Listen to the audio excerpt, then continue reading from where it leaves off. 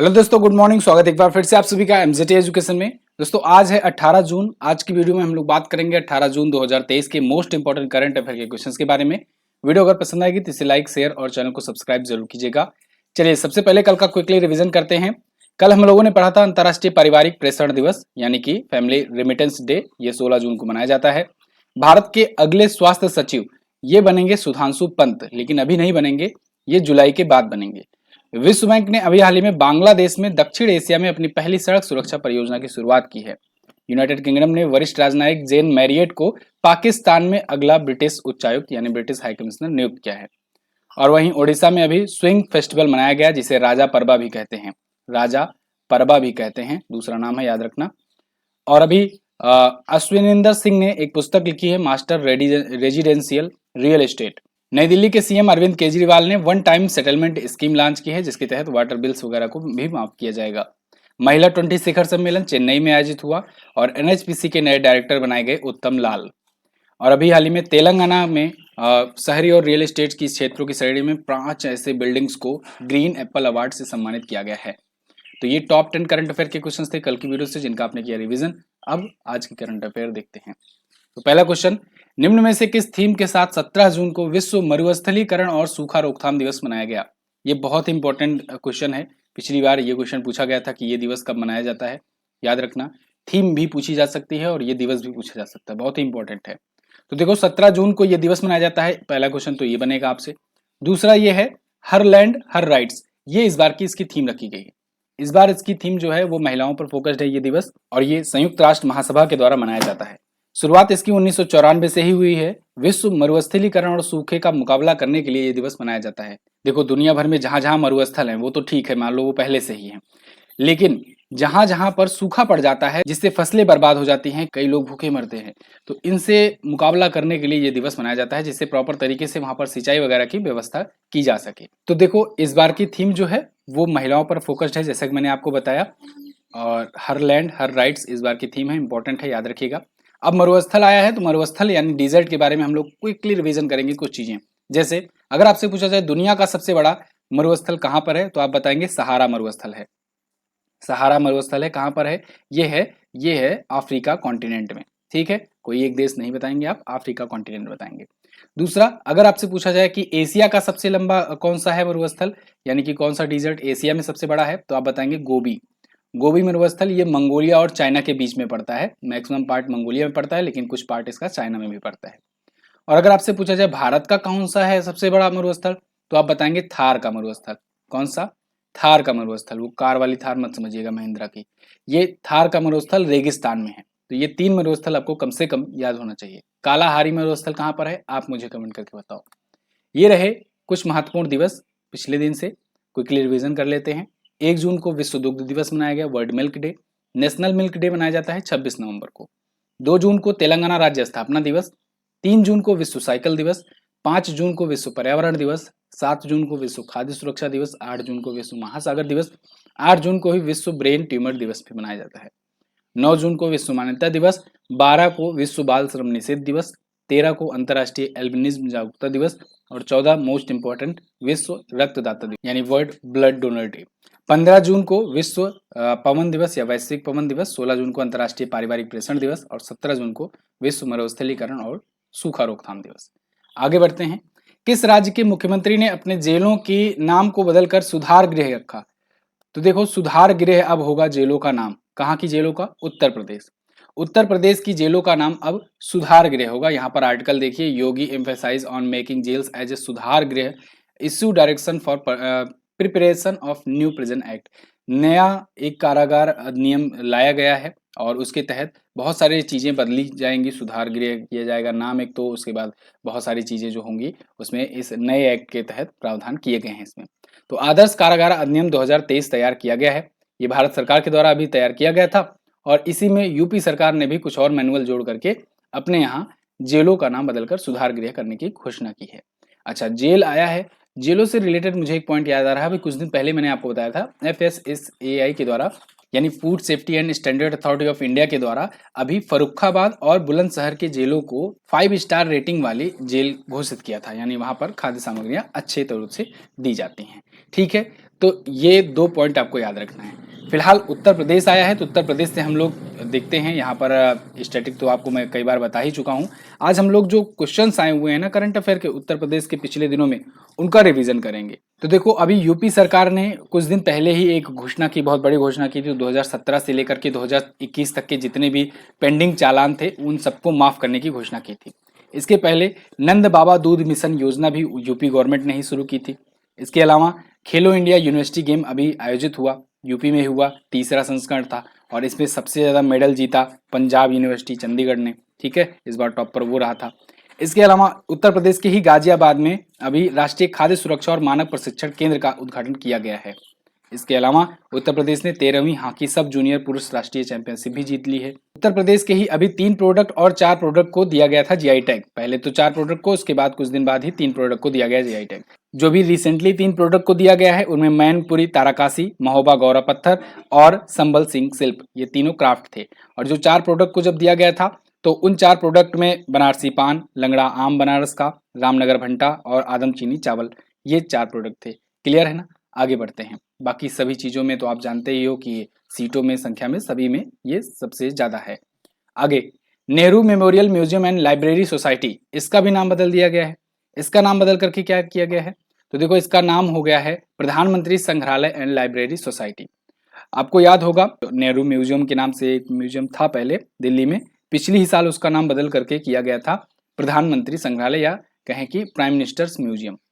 और वो जो पूरा का पूरा जो सोसाइटी है, जो म्यूजियम एंड लाइब्रेरी सोसाइटी है, तो अब उस टोटल के टोटल कैंपस का नाम अब प्रधानमंत्री संग्रहालय और लाइब्रेरी सोसाइटी हो जाएगा। ठीक है, तो यहाँ पर देखिए आर्टिकल है द हिंदू का आपके सामने, ये रीनेम कर दिया गया है।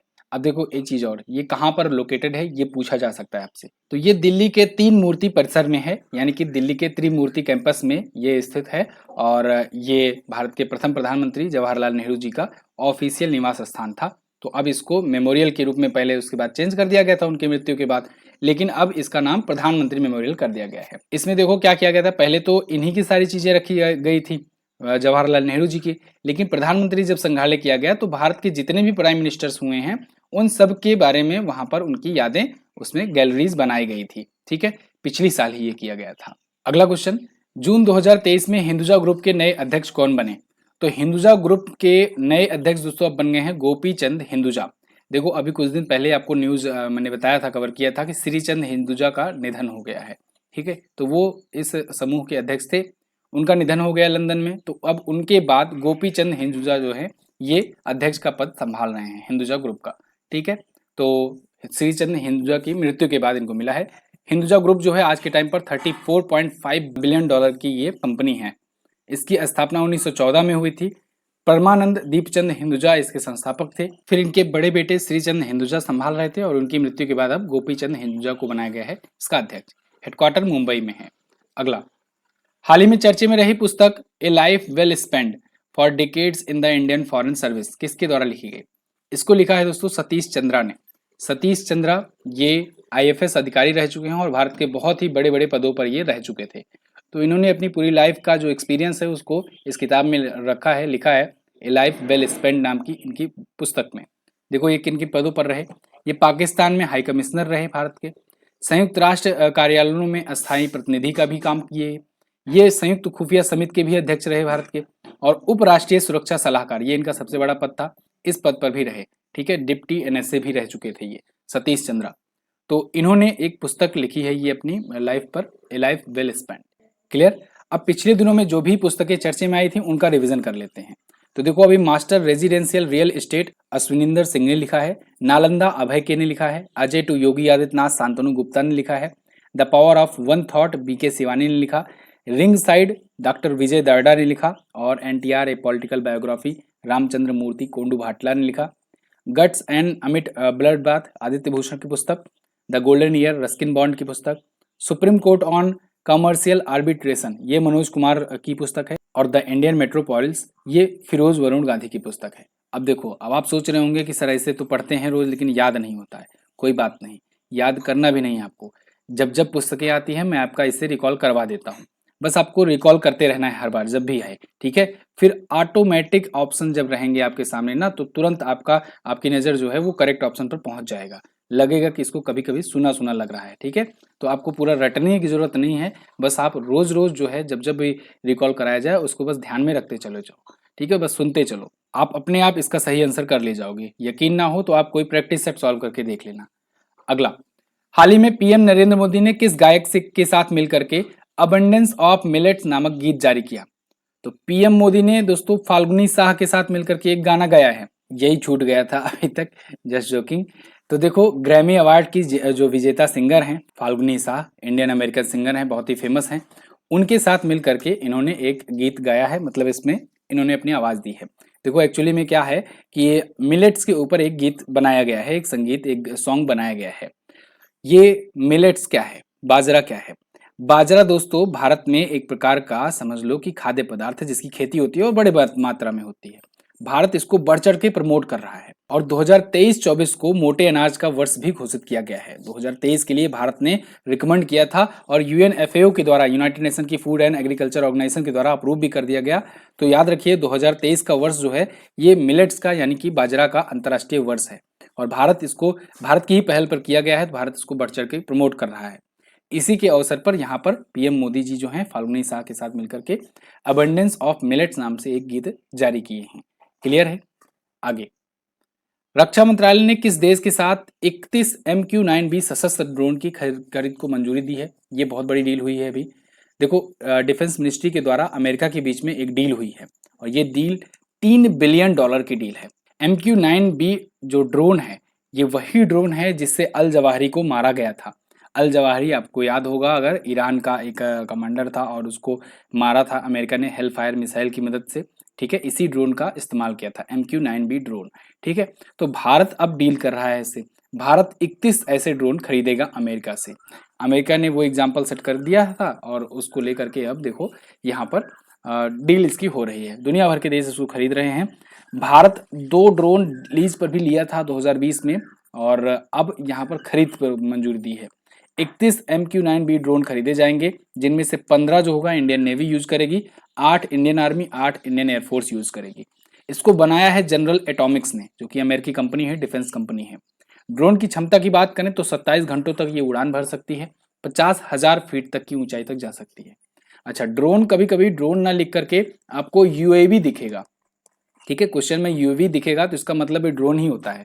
यूएवी मतलब होता है अनमैन्ड एयर व्हीकल, यानी ऐसा एयर व्हीकल, हवा में उड़ने वाला व्हीकल जो अनमैन्ड हो, मतलब जिसमें मनुष्य या कहे पायलट ना बैठा हो, उसी को तो ड्रोन कहते हैं, ठीक है। अमूमन हम लोग ड्रोन जब नाम सुनते हैं तो अपने दिमाग में क्या आता है, वो छोटा कैमरा वाला फोटो खींचने वाला ड्रोन, वो नहीं होता है। ड्रोन बहुत बड़े बड़े भी होते हैं, ठीक है, जैसे यही देख लो। ओके, आगे बढ़ते हैं।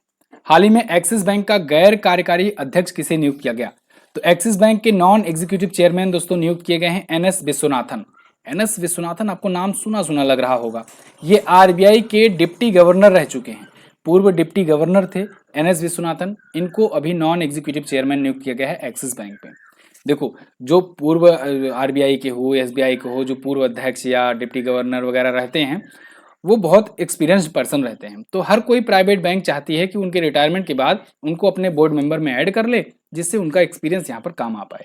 इसी वजह से आप सुनते हो कि रजनीश कुमार इस बैंक में नियुक्त किए गए हैं या फिर एक्सिस बैंक में ये नियुक्त किए गए वगैरह वगैरह, ठीक है। तो फिलहाल एक्सिस बैंक ने एनएस विश्वनाथन को इनको part time non executive chairman नियुक्त किया है। 3 साल के कार्यकाल होगा इनका, 3 साल। ये आरबीआई में 1981 में शामिल हुए थे।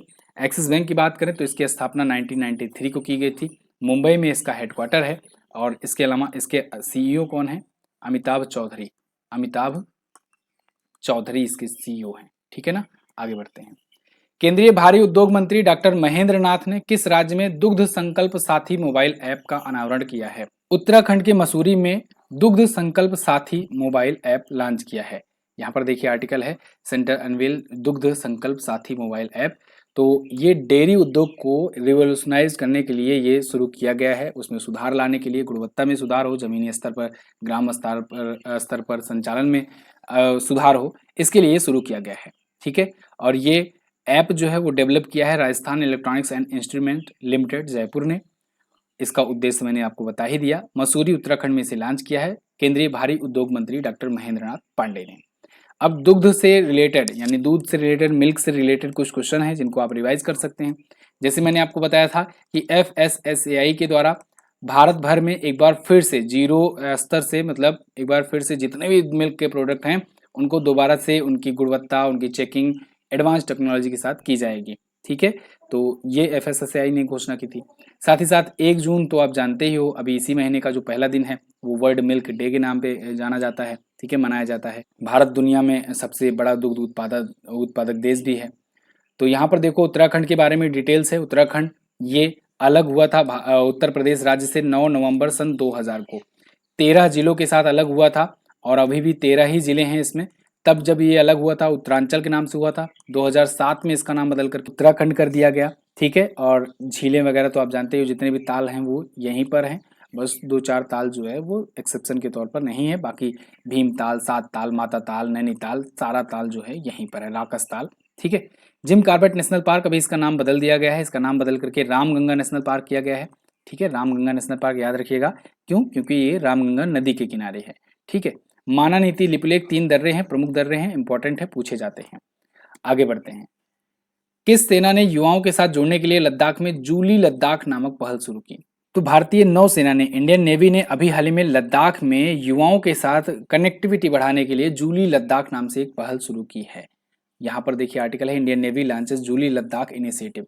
अब ये जूली लद्दाख क्या होता है? एक्चुअली में जूली लद्दाख का मतलब होता है हेलो लद्दाख। ठीक है, तो ये वहाँ की भाषा में है जूली लद्दाख। तो इस कार्यक्रम के तहत इंडियन नेवी चाहती है कि हिमालयी क्षेत्र के जो लड़के हैं, जो युवा हैं, वो इंडियन नेवी से जुड़ सकें, उसमें अपनी हिस्सेदारी, अपनी भागीदारी बढ़ा सकें। महिला अधिकारी के रूप में भी महिलाएं भी शामिल हों। ठीक है, और नौसैनिक सेवा में वो शामिल हों। तो इससे क्या होगा कि क्योंकि वहाँ के जो लड़के होंगे ना, उनको हिमालयी क्षेत्रों में रहने में, वहाँ के प्रति, वहाँ के वातावरण में जीने की वो तो उनको एक्सपीरियंस होगा ही। साथ ही साथ उस क्षेत्रों में सबसे बेहतर तरीके से लड़ाई वही लड़ सकते हैं। पर्यावरण का बड़ा महत्व पड़ता है। अभी कुछ दिन पहले एक न्यूज आई थी कि लंदन में एक परेड में लगातार काफी सारे सैनिक जो हैं वो परेड में खड़े थे और धूप लग रही थी और इसी वजह से गिर पड़े थे। तो बाद में पता लगाया गया कि वहां पर टेम्परेचर बहुत ज्यादा था, इस वजह से वो लोग बेहोश हो जा रहे थे। और पता है टेम्परेचर कितना था? 30 डिग्री सेल्सियस। सोचो, अपने यहाँ 45 डिग्री सेल्सियस तो ऐसे ही चले जाते हैं, 40-45, क्योंकि वहाँ के लोग जो हैं 30 डिग्री सेल्सियस झेलने लायक नहीं है। ठीक है, और इसी वजह से ऐसे ही हिमालय क्षेत्रों के जो लड़के हैं वो बेहतर तरीके से हिमालय में लड़ सकते हैं और वहाँ पर रक्षा कर सकते हैं भारत की। तो फिलहाल ये तो थी आज की करंट अफेयर। आज हम लोग बात करेंगे रिवीजन में डे 33 की, और इसमें हम लोग अंतर्राष्ट्रीय महिला दिवस के बारे में बात करेंगे। 8 मार्च को मनाया गया था। डॉक्टर जितेंद्र सिंह ये सुशासन सम्मेलन का उद्घाटन किए हैं मध्य प्रदेश में। आपदा जोखिम न्यूनीकरण सत्र का उद्घाटन नई दिल्ली में पीएम मोदी ने किया। अटुकल पोंगला उत्सव ये केरल में मनाया गया, अटुकल मंदिर में मनाया जाता है। और राष्ट्रीय फोटोग्राफी पुरस्कार का life time achievement award Sipra Das को मिला है।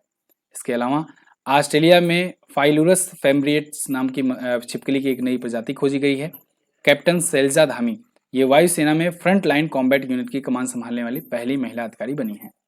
सौर ऊर्जा में सर्वश्रेष्ठ योगदान के लिए CBIP अवार्ड BHEL यानी भेल ने जीता है। भारत हैवी इलेक्ट्रिकल्स लिमिटेड ने, महारत कंपनी है। 2014-15 की तुलना में 2022-23 में प्रति व्यक्ति आय दोगुनी हो गई है। और अभी राज्य सरकार ने एकल महिलाओं के लिए स्वरोजगार योजना की शुरुआत की है। ये राज्य है उत्तराखंड। 8 मार्च को धूम्रपान निषेध दिवस भी मनाया गया और कतर के नए प्रधानमंत्री बन गए शेख मोहम्मद अब्दुल रहमान अल थानी। गोवा में 23वां राष्ट्रमंडल कानून सम्मेलन आयोजित किया गया। ये क्वेश्चन पूछा जा चुका है, आप याद रखिएगा। प्रियजकर आर्किटेक्ट पुरस्कार ये डेविड चिपरफिल्ड पाए हैं इस बार। ये प्रियजकर पुरस्कार जो है आर्किटेक्ट के लिए दिया जाता है। कुआलालंपुर में आसियान भारत व्यापार सम्मेलन का 5वां संस्करण हुआ। भारत सरकार ने क्रिप्टो करेंसी पर मनी लॉन्ड्रिंग नियम लागू करने की घोषणा की है। मेघालय विधानसभा के नए अध्यक्ष बन गए हैं थॉमस ए संगमा। और रिजर्व बैंक ने अपनी रिपोर्ट के अनुसार 36 करोड़ प्रतिदिन बताया है यूपीआई लेन देन, यूपीआई ट्रांजेक्शन। ठीक है, ये तब का है, मार्च का है डाटा। और अभी आवास और शहरी मंत्रालय के द्वारा महिला नेतृत्व स्वच्छता अभियान स्वच्छोत्सव शुरू किया गया है। मशहूर अभिनेता निर्देशक सतीश कौशिक जी का निधन हो गया। इन्हें पहला फिल्म फेयर मिला था राम लखन मूवी के लिए और फिर साजन चहल ससुराल के लिए। ये 660 क्वेश्चन हो गए। देखो 33 दिनों में आप 660 क्वेश्चन तैयार किए। पर डे 20-20 क्वेश्चन आप रिवीजन कर रहे हो। रिवीजन करते रहो, रिवीजन बहुत ज़्यादा ज़रूरी है और डेली करंट अफेयर के साथ आप बने रहो। बात करते हैं लास्ट डे के क्वेश्चन की। कल मैंने पूछा था हैरिस पार्क का नाम बदल करके लिटिल इंडिया किया गया है। ये कहाँ पर है? सिडनी में है, ऑस्ट्रेलिया में। खारे पानी की सबसे बड़ी झील है उड़ीसा की चिल्का झील। जहाज रानी सचिव कौन नियुक्त किए गए हैं, ये आपको आज बताना है, जैसे कि मैंने आपको बताया था कल यही पूछूंगा। वर्तमान में भारत में अमेरिका के राजदूत कौन है, ये आपको आज बताना है।